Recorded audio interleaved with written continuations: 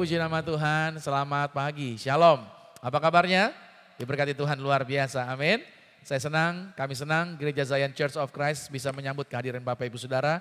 Kami selalu ingatkan kembali, setiap kali saudara datang ke gereja, ambillah kursi yang paling depan. Selalu gitu saudara, ya kan? Ambillah tempat yang lebih depan. Karena tempat yang lebih depan akan lebih lagi membuat saudara lebih fokus.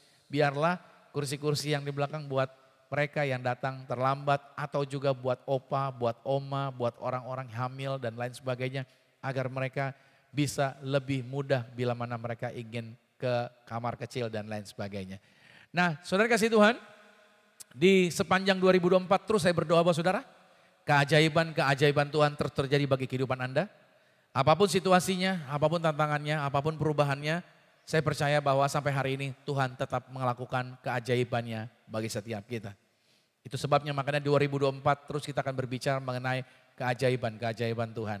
Dan di bulan Februari ini kita berbahas mengenai love in action, artinya kasih Tuhan itulah yang memulai, inisiasinya, startingnya itu dari Tuhan.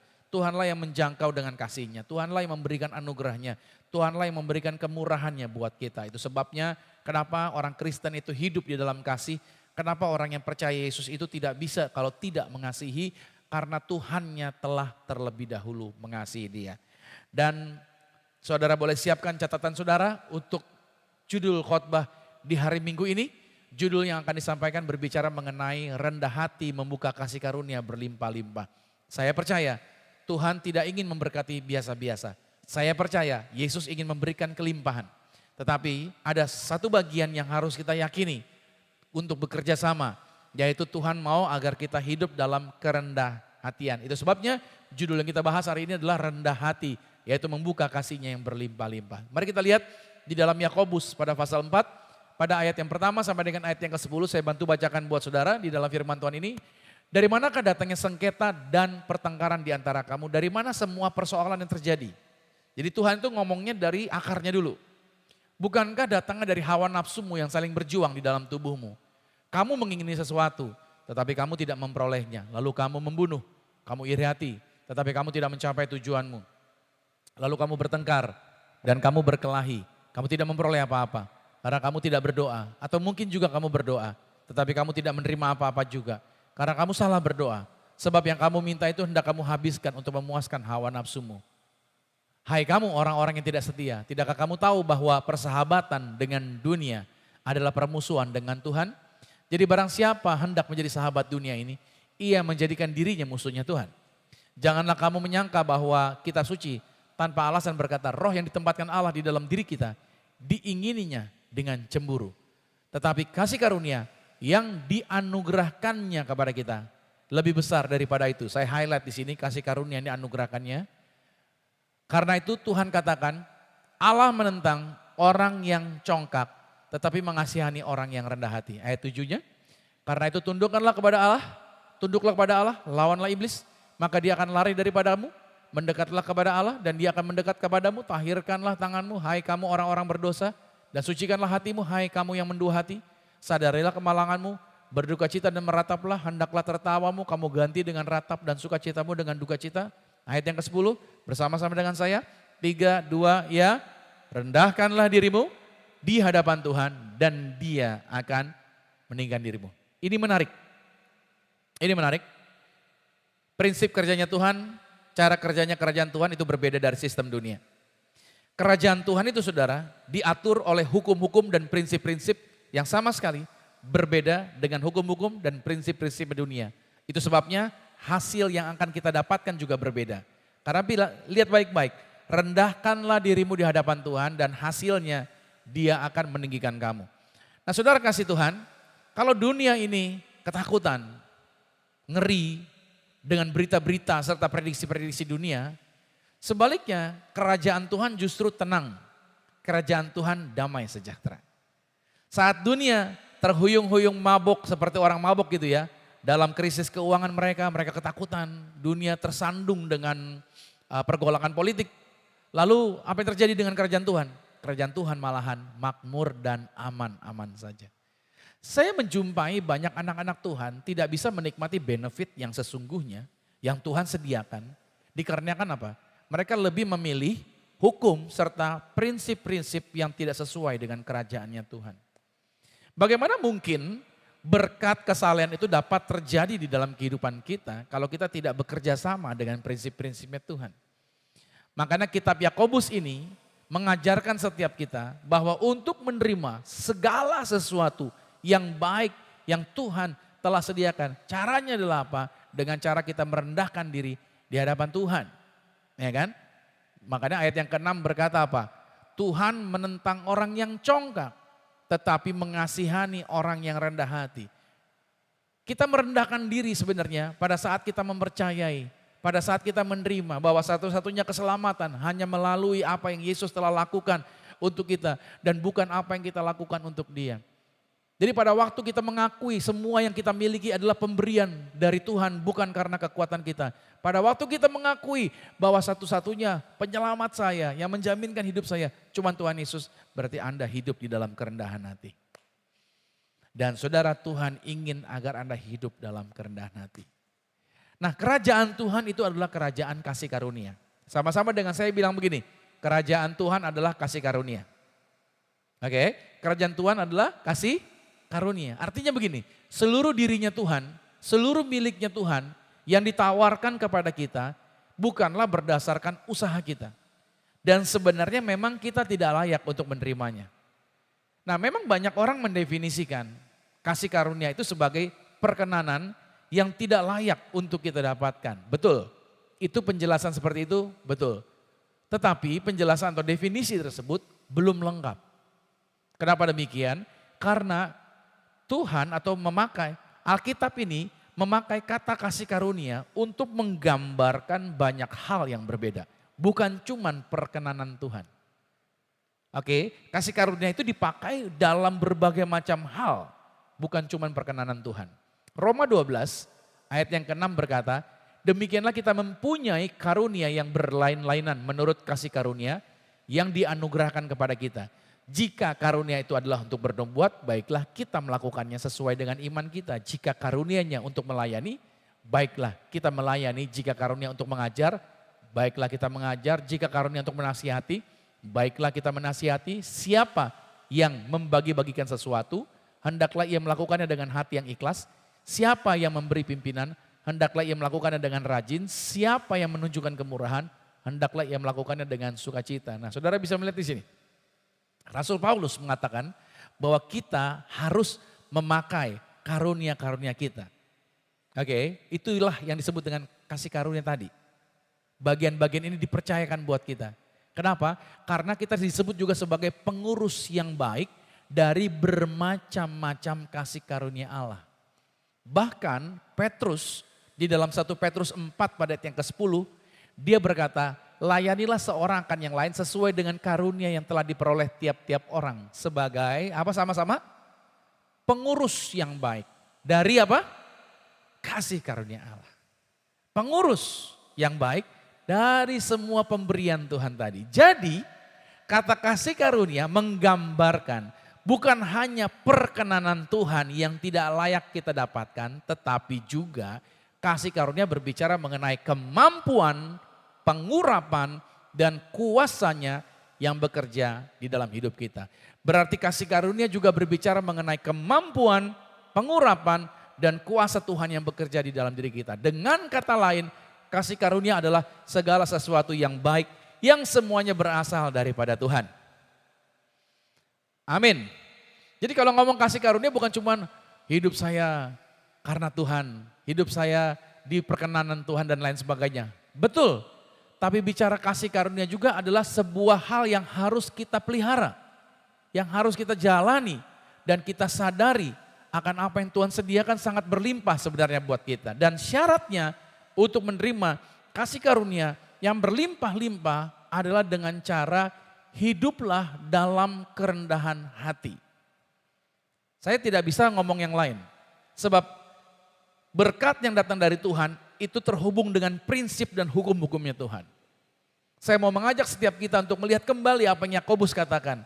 Kalau dalam terjemahan Amplified Bible itu ditulis begini. Tetapi dia memberikan kita semakin banyak kasih karunia. Untuk menghadapi kecenderungan jahat ini dan semua yang lainnya sepenuhnya. Itu sebabnya ia mengatakan Tuhan menentang orang yang congkak, Tuhan menentang orang yang sombong, tetapi memberikan kasih karunia terus menerus kepada siapa? Kepada yang rendah hati atau mereka yang cukup rendah hati untuk menerimanya. Teks ini menarik. Tuhan memberi semakin banyak. Bilang sama-sama, semakin banyak. Nah, kalau ada yang diberi semakin banyak, berarti ada juga orang yang menerima sedikit. Kalau Tuhan berkata di sini, Tuhan berkata semakin banyak, ya kan? Tetapi juga Tuhan juga bisa tidak memberikan atau mengurangi buat orang-orang yang tidak hidup di dalam hati yang rendah hati. Makanya saudara harus lihat sini. Ini berarti Tuhan memberikan semakin banyak kasih karunia kepada mereka yang cukup rendah hati untuk menerimanya. Oke, artinya kalau seseorang bisa menerima lebih banyak, maka seseorang juga bisa menerima lebih dikit. Dari teks ayat ini. Jadi walaupun Tuhan menyediakan kasih karunia berlimpah-limpah buat semua orang. Tetapi ayat ini mengatakan hanya buat mereka saja yang memilih. Kalau orang itu memilih hidup rendah hati, maka dia akan terus-menerus menerima kasih karunia. Tetapi kalau orang itu tidak mau rendah hati, berarti mereka akan kurang menerima kasih karunia. Amin. Makanya orang yang hidupnya tidak di dalam kerendahan hati, sebenarnya dia sedang membatasi kasih karunia Allah di dalam hidupnya. Kenapa demikian? Pada waktu engkau terima Yesus, saya mau kasih tahu sama saudara, roh Tuhan yang hidup di dalam Anda tidak akan pernah berkurang. Roh Tuhan tidak pernah berkurang di dalam diri saudara. Nanti saudara baca di dalam Kolose 1 ayat 9 sampai 10. Tetapi roh Tuhan yang mau mengalir melalui Anda itu bisa berkurang. Kenapa demikian? Karena kerajaan Tuhan beroperasi pada satu sistem yang berbeda dari sistem dunia ini. Pada saat, ingat-ingat baik ini, kalau orang tidak hidup di dalam kerendahan hati, dialah yang mengurangi kasih karunia Allah untuk bekerja di dalam dirinya dia. Tetapi pada waktu orang itu hidup dalam kerendahan hati, dialah yang membuka roh Tuhan untuk bergerak bebas di dalam kehidupan dia. Ini kita harus pahami baik-baik. Saya kan ngajar premarital. Di kelas premarital itu juga saudara, di situ ada penjelasan-penjelasan tentang diri kita itu digambarkan seperti rumah. Rumah itu ada ruang tamunya, ada ruang belajarnya, ada ruang makannya, ada ruang tidurnya, ada gudangnya gitu saudara. Ada ruang kayak bengkelnya. Jadi ada berbagai macam ruangan. Digambarkan dalam penjelasan itu bahwa Tuhan ketika masuk ke dalam rumah ini kita, maksudnya dia masuk ke ruangan-ruangan itu. Nah Tuhan mau minta izin sama kita agar ruangan-ruangan itu dibukakan, Tuhan mau masuk. Nah ketika dibukakan setiap ruangan itu Tuhan jelasin ada apa di ruangan ini yang harus diperbaiki, di ruang tidur apa yang harus diperbaiki, di ruang belajar apa yang harus diperbaiki, di gudang yang biasanya kamu kunci, apa yang kamu simpen, masa lalu kamu dan lain sebagainya yang orang gak boleh tahu, coba sekarang buka biar aku beresin gudangnya kamu. Jadi di situ Tuhan sebagai tamu diundang. Tapi di buku itu, di pelajaran itu juga dijelaskan bahwa ketika kita jadikan bahwa ini diri kita adalah rumahnya Tuhan, berarti kita harusnya mengatakan bahwa sertifikat rumah itu kita buka, kita ambil, lalu kita serahin sama Tuhan. Dan kita bawa ke notaris, ganti nama, sekarang bukan rumah saya lagi, tapi sekarang rumahnya Tuhan gitu. Saya yang harus jadi tamu, Tuhanlah yang ownernya gitu loh maksudnya. Hidup ini juga demikian saudara yang kasih Tuhan. Ketika kita semakin membuka ruangan kita, hidup kita, semakin kita izinkan Tuhan berkarya, maka rohnya akan dengan bebas bergerak dan engkau akan diberkati berlimpah-limpah luar biasa. Ada amin sampai di sini. Ini perbedaan prinsip dunia dengan kita. Dunia datang sama Tuhan kalau perlu. Dan dunia gak mau bukain yang lain-lain. Dia hanya buka yang tertentu aja kalau bicara sama Tuhan. Tapi kekristenan tidak berlaku seperti itu. Tuhan mau kita buka all out. Datang sama Tuhan. Makanya cara dunia saudara. Dunia itu sukanya apa? Berlomba-lomba. Pada saat dunia berlomba-lomba mencari kursi kehormatan. Pengen terkemuka, pengen terdepan, pengen dipandang, pengen dipuja. Yesus malah mengajarkan dan menasihati yang berbeda. Dia menyuruh kita untuk mengambil tempat yang lebih rendah. Mari kita lihat di dalam Lukas 11 ayat 8. Kalau kamu diundang ke sebuah pesta perkawinan, jangan duduk di tempat yang paling depan dalam artian tempat kehormatan gitu. Sebab mungkin orang yang punya acara telah mengundang pembesar lain yang lebih terhormat daripada kamu. Supaya ketika pembesar itu datang dan yang mengundang engkau dan dia, ya kan, dia orang itu, janganlah orang itu datang dan berkata sama kamu, maaf ya, tolong tempat ini dikasih sama tamu yang sudah saya siapkan. Lalu Bapak tolong pindah, harus pergi duduk di tempat yang paling rendah di belakang. Terus ayatnya, ayat 10 itu, tetapi apabila kau diundang, pergilah duduklah dulu di tempat yang paling belakang, tempat rendah. Nanti biarin tuan rumahnya datang dan berkata kepadamu, sahabat, duduknya bukan di belakang, tapi duduknya di depan. Dengan demikian engkau akan menerima hormat di depan mata semua tamu yang lain. Ayat yang ke-11, sebab barang siapa meninggikan diri, ia akan direndahkan, dan barang siapa merendahkan diri, dia akan ditinggikan. Saya pikir ayat inilah yang mempengaruhi jemaat, kenapa kalau ke gereja duduknya di belakang. Mungkin karena ayat ini. Saya duduk di belakang aja pastor, karena ayatnya Lukas 11 mengatakan demikian. Lukas 14. Jadi biarin nanti pastor yang ngajakin ke depan, jadi di depan mata orang saya terhormat. Ya Tuhan. Ya kan? Ini sedang berbicara bahwa dunia berlomba-lomba ingin mengatakan, berusahalah untuk menjadi number one, kata dunia begitu. Kalau bukan saya yang mempromosikan diri saya, siapa lagi gitu kan. Atau ada suara bilang begini, ambil bro, lu pantes dapetinnya gitu kan. Wah, kita dihasut sedemikian rupa. Dunia sedang mengarahkan kita. Untuk apa? Berpikir bahwa saya berhasil karena kekuatan saya sendiri. Dunia sedang mengarahkan kita untuk berpikir, saya melakukannya dengan cara saya, dengan jalan saya. Dan saya berkata, cara saya, jalan saya lebih baik daripada perintah-perintahnya Tuhan. Saudara, itu semua sebenarnya tipu daya setan pada waktu engkau mulai berkata bahwa engkau hebat. Pada waktu engkau mulai berkata, engkau luar biasa, itu tipu daya setan. Dan engkau merasa bahwa jalanmu lebih baik daripada perintah Tuhan. Yeremia 10 ayat 23 berkata, aku tahu ya Tuhan bahwa manusia tidak berkuasa untuk menentukan jalannya. Dan orang yang berjalan tidak berkuasa untuk menetapkan langkahnya. Kalau hari-hari ini saudara dengar banyak orang sombong di media sosial atau berbicara seolah-olah dia powerful, seolah-olah dia hebat, bisa menentukan A, bisa menentukan B, bisa menentukan C. Saya cuma mau katakan, baca ayat ini baik-baik, gak ada orang yang punya kuasa untuk menentukan jalannya. Tuhanlah yang menentukan kuasanya. Amin. Jadi jangan pernah saudara takut dengan ancaman siapapun. Kalau saudara merasa tertekan, depresi, baca ayat ini, bersuara, kenceng bacain buat diri Anda. Sehingga Anda tidak terintimidasi dengan bujuk rayu dunia ini. Katakan lagi amin. 1 Yohanes 2 pada ayat yang ke-16, sebab semua yang ada di dalam dunia ini, yaitu keinginan daging, keinginan mata, keangkuhan hidup, itu tidak berasal dari Bapa, itu dari dunia. Jadi kalau engkau dihasut untuk berpikir dengan konsepmu yang kau percayai, tidak dengan konsepnya Tuhan, dan seolah-olah keberhasilan ini karena kamu, baca ayat ini. Kau harus sadar, semua itu bukan datang dari Bapa, tapi dari siapa? Hasutan dunia ini. Siapa penguasa dunia? Iblis. Kata Alkitab, nanti ketika Tuhan datang, penguasa dunia ini akan dihancurkan. Tapi ingat baik, di dalam diri Anda ada Yesus. Walaupun iblis berkuasa atas dunia, tetapi dia tidak berkuasa atas Anda yang ada di dalam Yesus. Walaupun kita hidup di dalam dunia, seharusnya kita tidak hidup seperti cara-cara dunia.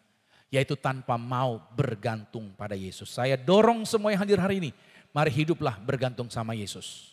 Mari bergantunglah pada firman, ikuti perintahnya, ikuti tuntunannya, ikuti arahannya. Makanya pada saat anak-anak muda engkau memilih pasangan yang tidak seiman, itu adalah kesombongan. Pada saat, ingat baik ini, anak-anak muda engkau memilih pasangan tidak seiman, itu kesombongan. Pada saat engkau berpacaran dan engkau hidup bersama tanpa ikatan, itu adalah kesombongan. Pada saat seorang suami atau seorang istri melakukan perselingkuhan, itu adalah kesombongan. Pada saat seseorang korupsi dan mengambil yang bukan menjadi haknya, itu adalah kesombongan. Pada saat seseorang membaca Alkitab, lalu selalu mengutuk dirinya sendiri dan mengutuk orang lain, itu juga adalah kesombongan. Catat baik, engkau tidak didesain untuk sama seperti dunia, tetapi kita didesain pada waktu kita bertobat, menjadi ciptaan yang baru. Seperti yang Paulus katakan di dalam 2 Korintus pada pasal 5 ayat 17. Jadi siapa yang ada di dalam Kristus, dia adalah ciptaan yang baru. Yang lama sudah berlalu, sesungguhnya yang baru sudah datang. Amin. Makanya firman Tuhan menyingkapkan hukum-hukum kerajaan Tuhan. Dan salah satu hukumnya Tuhan adalah apa? Kerendahan hati. Karena kerendahan hati adalah bagian daripada karakternya Yesus. Itu sebabnya Yesus menyebut dirinya sendiri lemah lembut dan rendah hati. Dalam Matius 11 ayat 29, Anda bisa baca di sana. Jadi artinya, kalau Yesus saja lemah lembut, kalau Yesus saja rendah hati, kenapa kita enggak? Banyak orang bilang, kalau kita berhadapan dengan masalah, jangan takut. Di dalam diri kita ada roh Tuhan, kita sama seperti Yesus.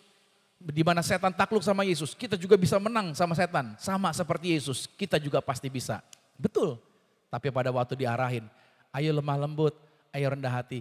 Wah Pak, saya masih manusia biasa gitu. Saya belum bisa sama seperti Yesus. Lucu ya, pada waktu ngomong berkat, kita bisa sama seperti Yesus. Pada waktu disuruh mengampuni, oh Pastor, saya masih manusia biasa gitu ya. Lucu, kita mulai memilah-milah yang mana yang bisa seperti Yesus, yang mana yang seperti manusia biasa. Saya masih ajak lagi saudara untuk lihat kembali Yakobus 4 ayat yang ke-6. Saya mau ingatkan kembali sama saudara, tetapi kasih karunia yang dianugerahkan Tuhan kepada kita lebih besar daripada itu. Makanya dikatakan Tuhan menentang orang yang congkak, tetapi mengasihani orang yang rendah hati. Berarti orang-orang yang congkak, orang yang sombong, dia akan dijatuhkan. So hati-hati, jangan sombong. Makanya saya punya siaran ini, disiarkan buat semua orang di dunia. Untuk diingatkan, jangan sombong. Karena orang sombong pasti akan dijatuhkan. Tuhan itu Tuhan yang rendah hati. Dan dia adalah gambaran Bapa yang sempurna. Makanya kenapa kita meng-copy paste, mengikuti dan kita menjalani hidup untuk sama seperti Yesus. Berarti kasih karunia yang berlimpah-limpah ini akan diberikan kepada anak-anak Tuhan. Tapi langkahnya adalah apa? Hiduplah rendah hati. Pertanyaannya, bagaimana saya dan saudara bisa hidup rendah hati? Cara yang pertama atau langkah yang pertama, kita harus punya target. Dan target kita adalah kerajaan Tuhan. Jadikan kerajaan Tuhan sebagai target kehidupan. Target kita bukan yang lain. Target kita kerajaan Tuhan. Kita dipanggil untuk melayani Tuhan. Matius 6 ayat 33 berkata, cari dahulu kerajaan Allah serta kebenarannya, maka semuanya tahu enggak? Inilah yang dicari oleh orang-orang dunia. Kejayaan, kekayaan, kemuliaan. Itu yang dicari oleh orang-orang dunia. Tapi Tuhan bilang semuanya ini akan ditambahkan kepadamu. Tapi pertama cari dahulu kerajaan Allah. Saya percaya firman Tuhan mengatakan oleh pengorbanan Yesus Kristus, kita telah dijadikan orang benar. Dan sebagai orang benar, Tuhan garanti bahwa kita yang percaya Yesus pasti hidupnya makmur, kita disembuhkan Tuhan dari segala penyakit, juga kita selalu akan hidup dalam damai sejahtera, kita bisa hidup dalam sukacita, kita tetap bisa tertawa, walaupun uang kita pas-pasan, amin. Ya kan? Dan bahwa Tuhan senang memberkati kita, dan Tuhan senang memberikan kita apa yang diinginkan hati kita, betul gak sih? Tuhan memenuhi apa yang diinginkan hati saudara enggak? Tuhan kayaknya saya pengen jalan-jalan ke luar negeri, jadi. Halo, benar gak? Tuhan saya pengen pergi ke tempat-tempat yang cozy, jadi. Tuhan saya pengen punya barang ini Tuhan, jadi itu. Halo, jadi gak? Jadi. Tuhan saya pengen mendapatkan ini dan itu, jadi. Jadi tanpa sadar, yang diingini hati kita, Tuhan kasih. Oke.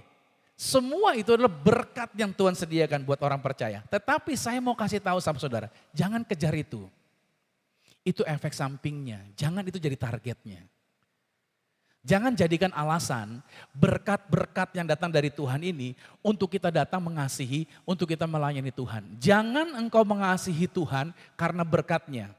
Tapi engkau harus sadar kenapa engkau mengasihi Tuhan, karena ayat ini berkata bahwa kita bisa mengasihi karena Tuhan telah terlebih dahulu apa? Mengasihi kita.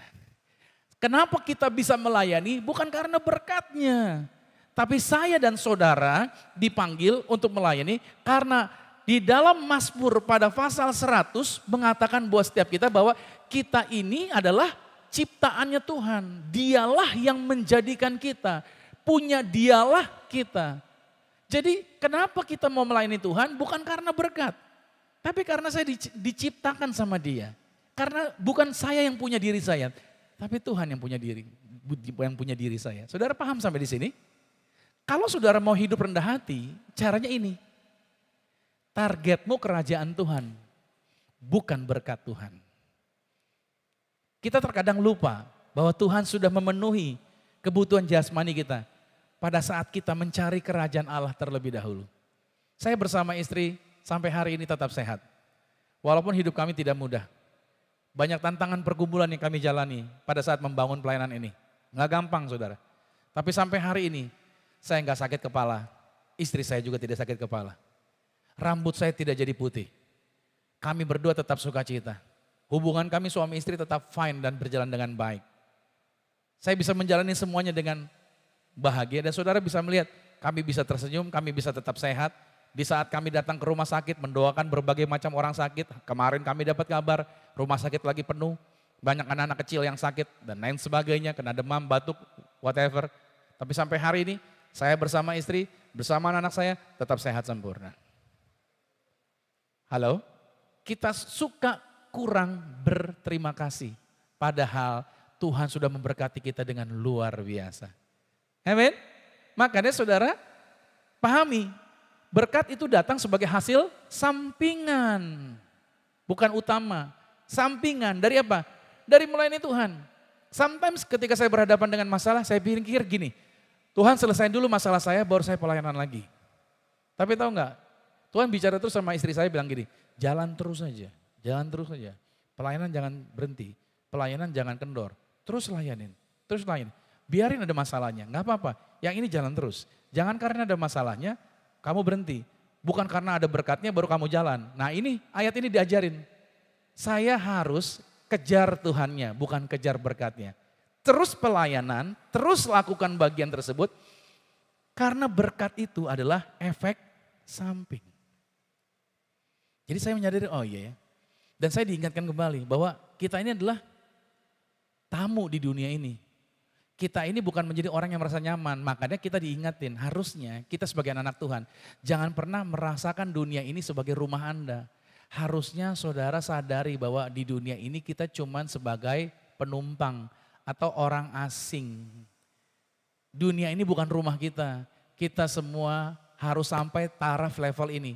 Merindukan rumah yang sesungguhnya. Amin dulu nih. Dunia ini cuma tempat sementara. Makanya kalau saudara sadar bahwa ini bukan rumah Anda gak perlu bersaing dengan pencapaian yang dikejar oleh orang-orang dunia. Saya miris kalau lihat hamba-hamba Tuhan berusaha bersaing dengan artis. Pengen kelihatan terkenal, pengen punya pakaian yang bagus. Pengen punya mobil yang bagus, makanya sometimes ada hamba Tuhan kalau mau diundang, saya harus dijemput dengan mobilnya, mobil Alphard. Hotelnya harus bintang 5, bla bla bla bla bla segala macam. Sekali lagi saya mau katakan, Tuhan telah menetapkan kita, bukan untuk itu. Jadi saya disadarkan, iya gak perlu kita bersaing, ini bukan rumah kita cuma sementara. Makanya ketika jadi hamba Tuhan, saya bersama dengan istri, bersama dengan anak, ya kita harus ingat. Panggilan kita hamba Tuhan sayang. Hamba Tuhan itu bukan untuk menjadi seperti orang-orang yang tenar, punya A, punya B, punya C dan lain sebagainya. Ya kita apa adanya dengan hidup, dengan sukacita jadi berkat buat semua orang yang sekitar kita. Kalau saudara dipanggil Tuhan untuk menduduki satu posisi, tempat yang tinggi, saya cuma sarankan, izinkan Tuhan bekerja lebih banyak melalui Anda. Izinkan Tuhan pakai Anda di bidang tersebut. Bukan untuk kepentingan Anda, tapi untuk kepentingan Tuhan. Bilang amin dulu nih. Yakobus 4 dikatakan pada ayat yang keempat, hai kamu orang-orang yang tidak setia, tidakkah kamu tahu bahwa persahabatan dengan dunia itu perseteruan dengan Tuhan. Makanya ayat ini mengatakan, jangan merasa nyaman dengan dunia ini. Kalau engkau bersahabat dengan cara-cara dunia, berarti engkau berseberangan dengan Tuhan. So bagian yang pertama ini. Bagian yang kedua, langkah untuk kita hidup dalam kerendahan hati. Kalau yang pertama tadi adalah kita fokusnya adalah kerajaan Tuhan, targetnya. Sekarang yang kedua, jadikan diri kita sebagai korban yang hidup. Fokusnya bukan diri kita, fokusnya Tuhan. Bawa dirimu sebagai korban di hadapan Tuhan. Roma 12 ayat yang pertama, karena itu saudara-saudara, demi kemurahan Allah aku menasihatkan kamu, supaya kamu mempersembahkan tubuhmu sebagai persembahan yang hidup, yang kudus, dan yang berkenan kepada Allah, itu adalah ibadahmu yang sejati. Mungkin hari-hari hidup kita telah berdoa, Tuhan matikan daging saya gitu kan. Mungkin kita berdoa seperti itu, tapi pada akhirnya kita malahan menghidupkan kedagingan kita kembali.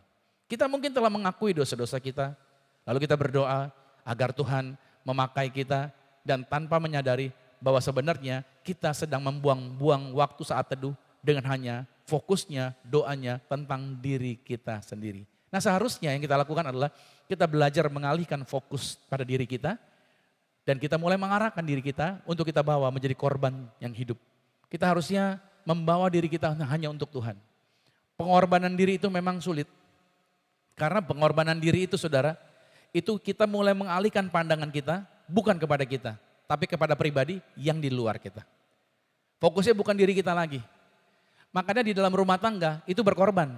Istri bukan lagi miliknya dia, tapi milik suaminya. Suami bukan lagi miliknya dia, tapi milik istrinya.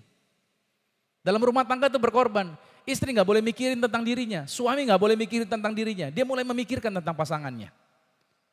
Hidupnya bukan buat tentang dirinya, tetapi tentang pasangannya. Makanya kalau engkau mau menikah, jangan pernah minta begini, saya mau menikah karena saya mencari bahagia. Gak ketemu. Menikah itu bukan cari bahagia, tetapi menikah itu untuk membawa kebahagiaan bagi orang yang kamu cintai. Wah, itu yang luar biasa. Itu yang harusnya dilakukan. Makanya pengorbanan sulit. Kalau kita fokus pada diri kita sendiri. Seperti yang telah dituliskan oleh Rasul Paulus dalam Galatia 2 ayat 19. Sebab aku telah mati, kata Paulus, oleh hukum Taurat. Untuk hukum Taurat. Supaya nih, aku hidup bukan untuk diriku, tapi untuk Tuhan. Kata Paulus, diriku sudah disalibkan dengan Kristus. Namun aku hidup, tetapi bukan aku lagi sendiri yang hidup. Melainkan Kristus yang hidup di dalam aku. Dan hidupku yang kuhidupi sekarang di dalam daging ini, kata Paulus, adalah hidup oleh iman dalam anak Allah. Jadi dia hidupnya bukan dalam keyakinannya dia, tapi hidupnya dalam imannya Tuhan. Iman itu berarti datang dari Tuhan. Jadi apapun yang dilakukan tujuannya untuk menyenangkan Tuhan, bukan untuk kenyamanan diri dia. Makanya kalau saudara baca kisahnya Paulus, dalam perjalanannya seringkali tidak nyaman. Kena banjir, dikejar-kejar penyamun, kelaparan, harus terpaksa puasa, bla bla bla. Dikejar-kejar orang Israel untuk mau dibunuh, masuk keluar penjara, dicambuk. Kalau kita pelayanan kayak Paulus begini, kita langsung bilang, Tuhan saya bikin surat pengunduran diri deh, capek. Tapi karena Paulus hidupnya dalam iman anak Allah, dia tahu kebahagiaannya bukan tentang diri dia, tapi kebahagiaannya tentang Tuhan semata-mata. Hidup ini bukan tentang kita, tapi hidup ini tentang Tuhan. Hidup ini bukan tentang pencapaian kita, bukan tentang kebesaran kita. Untuk menjadi wakil Kristus yang sejati, ternyata kita harus hidup oleh iman dalam anak Allah. Anda masih ingat gak sebelum kejatuhan Adam dan Hawa, siapa yang pertama jatuh? Lucifer. Siapa tuh Lucifer? Pemimpin pujian di sorga. Malaikat yang disayang sebenarnya. Tapi dia merasa sombong, merasa lebih besar dari Tuhan. Akhirnya dia diusir dari surga. Anda baca dalam Yesaya 14 ayat 12 sampai 14, Yeskiel 28 ayat 13 sampai 14. Kalau dalam teks bahasa Inggrisnya, Anda bisa baca, Lucifer badannya itu penuh dengan alat musik. Jadi pada waktu dia nyanyi, badannya mengeluarkan alat musik. Jadi dia sendirian aja, itu sudah luar biasa megahnya. Gak perlu ada tim musik seperti ini, dia sendirian aja. Dan itu satu surga gempar ketika Lucifer penpujian. Tapi akhirnya Lucifer fokus kepada dirinya, bukan Tuhan yang dimuliakan. Dia mulai mencurigai dan dia pengen menjadi sama dengan Tuhan. Orang yang tidak rendah hati, dia akan mulai mencurigai Tuhan. Saya berdoa buat saudara, Anda tidak menjadi seperti itu. Saudara menjadi orang yang fokus bukan pada diri sendiri. Tapi fokuslah apa yang Tuhan inginkan. Yang ketiga, yang terakhir, langkahnya agar kita bisa hidup dalam rendah hati adalah menjadikan rencana Tuhan sebagai acuan kehidupan. Rencana Tuhan, acuan kehidupan, patokannya. Matius 16 ayat 21. Saya akan jelaskan ayatnya satu persatu ya. Di ayat 21, Yesus memberitahukan kepada murid-muridnya bahwa dia akan ditolak, bahwa dia akan diperlakukan buruk oleh para tua-tua. Bahwa dia juga memberitahukan dia akan mati, tapi dia akan bangkit. Ayat 21. Lalu ayat 22-nya Petrus meresponi. Petrus gak suka rencana ini. Petrus bilang begini, Tuhan kiranya Allah menjauhkan hal-hal itu. Hal-hal itu sekali-kali tidak akan menimpa engkau. Dengan kata lain, ayat 22 ini, Petrus berkata, no Tuhan, itu tidak akan terjadi. Engkau tidak akan ditolak, engkau tidak akan dibunuh. Kami ini laskar Kristus, tidak akan membiarkan itu terjadi. Kami akan membela engkau mati-matian, gitu kata Petrus. Petrus gak sepakat dengan kehendak Tuhan. Dia tidak menjadikan rencana Allah sebagai patokan kehidupan. Dengan egoisnya, Petrus meninggikan keinginannya sendiri melebihi rencananya Tuhan. Itu sebabnya saudara ayat 23-nya, lihat baik-baik. Yesus harus mengusir bukan Petrusnya, tapi siapa yang diusir? Iblis. Jadi kalau orang coba meninggikan pikirannya sendiri, keinginannya sendiri di atas keinginan dan di atas rencananya Tuhan, maka orang itu akan dikendalikan atau dikuasai oleh iblis. Makanya Petrus tidak mengerti bahwa Yesus harus mati. Petrus tidak mengerti kehendak Tuhan bagi Yesus untuk menderita. Dan agar kita, tujuannya agar apa? Kenapa Yesus harus menderita? Agar kita tidak menderita. Kenapa Yesus harus tersalib dan dihakimi dan membawa pemisahan atas dia dengan Bapa? Agar apa? Agar Anda dan saya yang percaya Yesus, kita tidak terpisah dari Bapa dan kita bisa dibawa kepada dia. Saudara, hari ini kita telah belajar bahwa kesulitan dan problem-problem besar di dalam kehidupan kita itu sebenarnya sederhana. Itu dikarenakan karena kita tidak mau merendahkan hati kita di hadapan Tuhan. Makanya saudara, Tuhan itu bukan hanya beresin masalahmu, tapi Tuhan mau rubah akar masalahmu. Kebiasaannya dulu yang diberesin. Masalahnya diberesin sih bisa. Tapi kalau kebiasaannya nggak diberesin, nanti di sini selesai, oke beres. Nanti waktu berjalan, ini ngulang lagi di sini, kumat lagi. Paham nggak sampai di sini? Kenapa orang narkoba udah diterapi, dia kayaknya sembuh, tapi begitu ketemu teman-temannya lagi, begitu keinginan itu datang, dicoba lagi sini nih. Akhirnya apa? Korslet lagi. Begitu terus. Kalau saudara hidup, kenapa sakit-sakitan? Karena saudara hidupnya beban, khawatir, cemas, resah. Berarti Anda tidak hidup di dalam prinsipnya Tuhan. Nah, akhirnya Anda mengalami berbagai peristiwa yang tidak nyaman atau sakit. Kita berdoa di sini, dipulihin nih. Tapi selama ininya nggak dirubah nih, itu gitu terus. Nanti gini lagi. Orang-orang yang tidak menjalani hidupnya di dalam prinsip hukumnya Tuhan, itu sombong.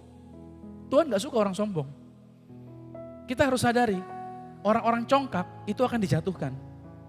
Makanya saya katakan sama saudara, belajar dari Alkitab. Padahal Tuhan telah menyiapkan segala perkara besar dalam perjalanan kehidupan ini. Persoalannya, kita gak mau bekerja sama dengan Tuhan. Makanya saya beri tulisan ini. Kalau engkau merasa mentok, seperti segala sesuatu dalam hidup ini berantakan terus. Coba cek deh. Mungkin kita sedang gak bekerja sama dengan hukum-hukumnya Tuhan. Karena Amsal 15 ayat 33 berkata, takut akan Tuhan adalah didikan yang mendatangkan hikmat. Dan kerendahan hati itu mendahului kehormatan. Kalau Anda mau dihormati, hidup dalam kerendahan hati. Saya closing, pemain musik boleh standby. Ada di dalam kitab Daniel pada pasal 4, pada ayat yang pertama sampai dengan ayat yang ke-37. Seorang raja besar, Raja Babel bernama Nebukadnezar. Dia bermimpi, ada sebuah pohon besar, dahannya rindang, di bawahnya banyak binatang-binatang bernaung, burung-burung besar bertengger di dahannya, dan pohon yang besar itu menghasilkan buah yang lebat dan memberi makan seluruh penduduk bumi. Lalu suatu ketika dalam mimpi itu kata Nebukadnezar, ada yang ilahi turun dari langit, lalu memegang kapak dan memotong pohon itu dengan perintah tebanglah pohon itu.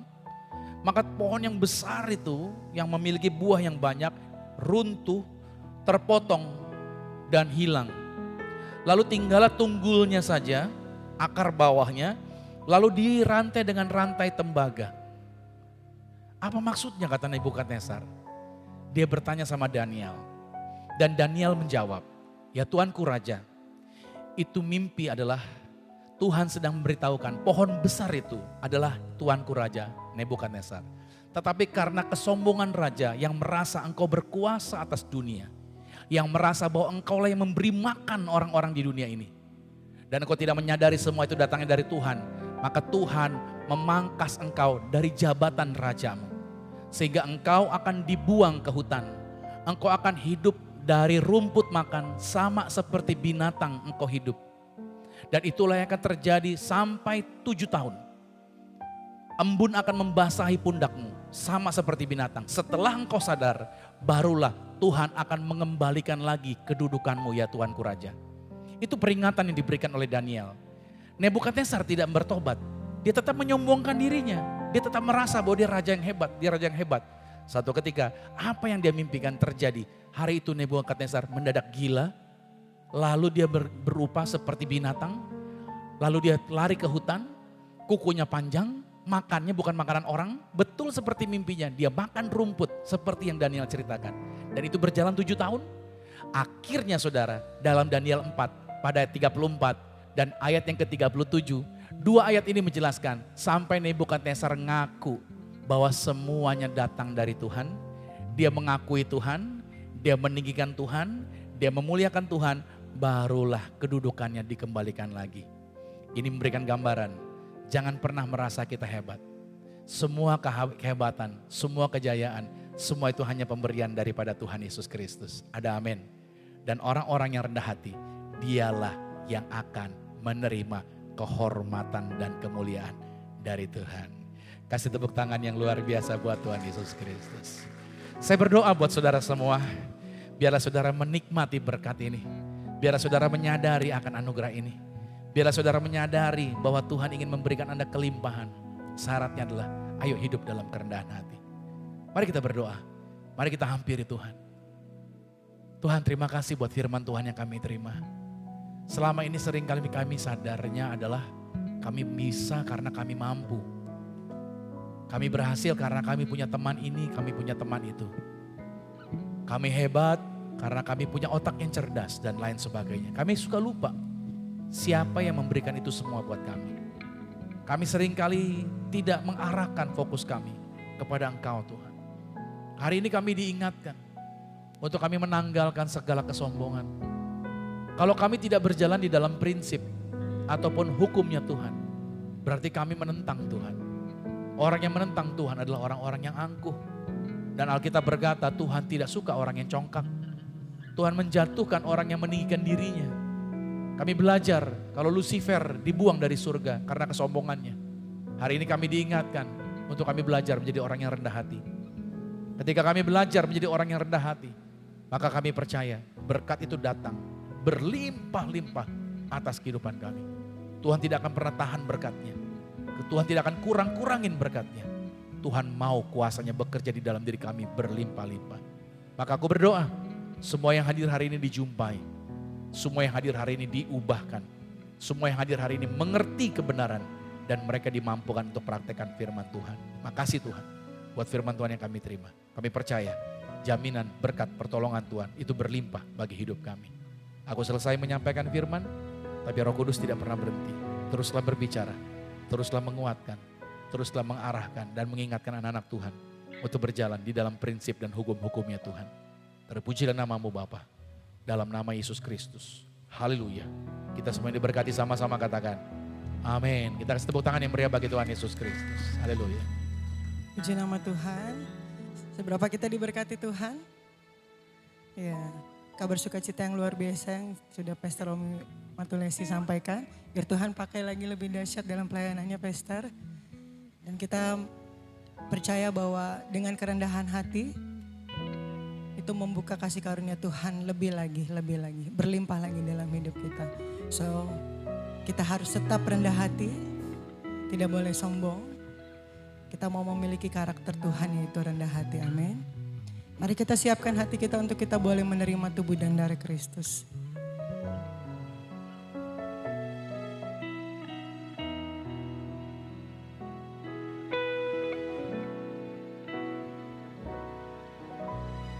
Ya Yesus, selamat bagiku.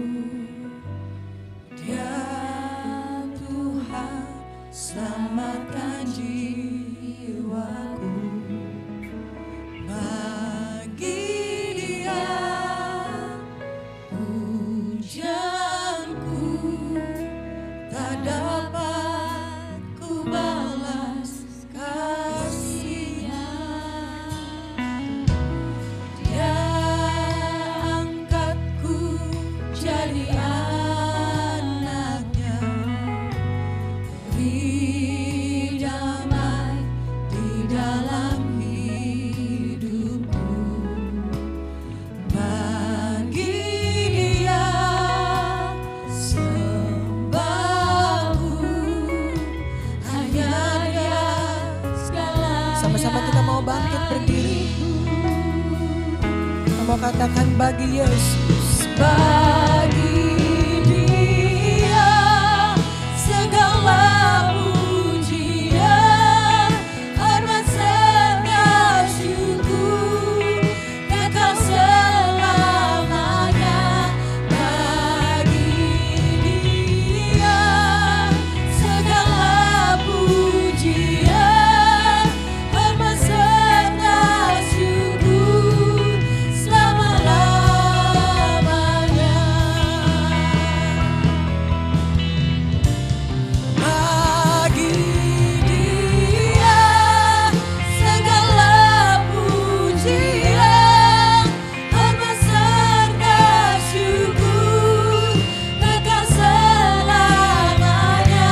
Bagi Dia segala pujian, hormat serta syukur, selama-lamanya. Mari kita siapkan roti dan anggur di tangan kita. Yeremia 17 ayat 7 berkata, diberkatilah orang yang mengandalkan Tuhan, yang menaruh harapan sama Tuhan. Pada saat Anda dan saya makan tubuh Kristus, pada saat Anda dan saya minum darah Yesus, kita ada di dalam Kristus, Kristus ada di dalam kita. Alkitab menjaminkan Anda di dalam Yesus, maka apa yang Anda rindukan, apa yang Anda perlukan di dalam kehidupan ini, Tuhan pasti garansi diberkati berhasil. Mari kita angkat rotinya. Dengan iman sama-sama saya katakan, dalam nama Tuhan Yesus, inilah roti yang telah turun dari surga, inilah tubuh Tuhan Yesus Kristus, tubuh yang tergantung di atas kayu salib, yang memberikan kami bersama dengan keluarga kehidupan yang kekal di dalam kerajaan sorga. Oleh korban tubuh Kristus, mulai hari ini kami menang atas segala virus, menang atas segala penyakit, tidak terkapar di meja operasi. Kami diberkati umur panjang dan tidak sakit-sakitan. Dalam nama Tuhan Yesus kami tolak ruang ICU. Inilah roti yang turun dari surga, inilah tubuh Tuhan Yesus Kristus. Mari kita makan.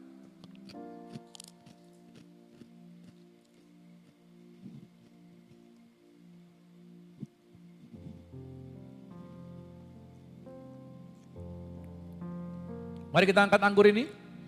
Dengan iman sama-sama katakan, dalam nama Tuhan Yesus, inilah darah Yesus Kristus yang tercurah di atas kayu salib sebagai perjanjian yang baru dan yang kekal. Oleh korban darah Yesus kami dimeteraikan menjadi warga kerajaan sorga. Kami punya rumah di bumi, punya rumah di sorga, tidak mengembara.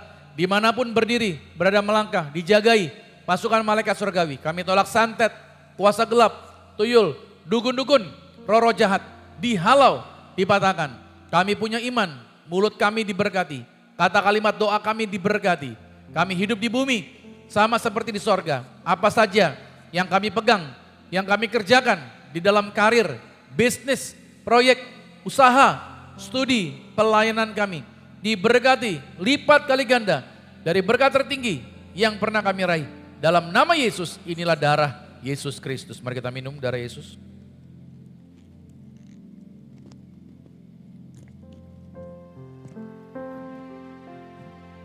Di tangan kami ada minyak. Tuhan yang mengajarkan kuasa para murid. Diperintahkan Tuhan Yesus untuk mendoakan orang sakit. Mengusir setan-setan. Yesus juga mengatakan ketika dia diurapi minyak oleh seorang wanita. Bahwa dimanapun Injil diberitakan. Apa yang diperbuat oleh perempuan ini juga menjadi berita yang turut disampaikan. Yesus selalu berdoa di Bukit Zaitun pada saat bumi tenggelam, zaman Nuh, 150 hari air berkuasa, seluruh tanaman mati, tapi tanaman zaitun tidak mati. Ini memberikan bukti, Yesus kenapa berdoa di Bukit Zaitun. Engkau naik dari Bukit Zaitun. Zakaria 14 berkata, engkau juga akan turun kedua kalinya ke bumi, juga di atas Bukit Zaitun. Artinya kami percaya, setan takluk pada saat kami berdoa dengan minyak zaitun ini menjadi minyak urapan. Maka roh-roh jahat, kuasa-kuasa kegelapan dilumpuhkan, dipatahkan. Kami tidak disantet, tidak diserang kuasa gelap. Dan apa yang kami pegang kerjakan, lokasi di mana kami berada diberkati dalam nama Tuhan Yesus. Inilah minyak urapan. Anda boleh teteskan atas kepala saudara. Maka setiap pot, setiap botol ini dalam nama Tuhan Yesus menjadi minyak urapan. Dan setiap anak-anak Tuhan yang menerima minyak ini diberkati Tuhan dalam nama Yesus. Tangan-tangan mereka juga diberkati, tangan-tangan mereka diurapi. Kasih karunia Tuhan, berkat Tuhan, pertolongan Tuhan, mujizat Tuhan menyertai mengurapi. Terima kasih Tuhan buat setiap kebaikan Tuhan sediakan. Amsal 18 ayat 21 berkata, hidup dan mati dikuasai lidah. Siapa suka mengemakannya akan memakan buahnya. Bersama-sama dengan saya kita berkati.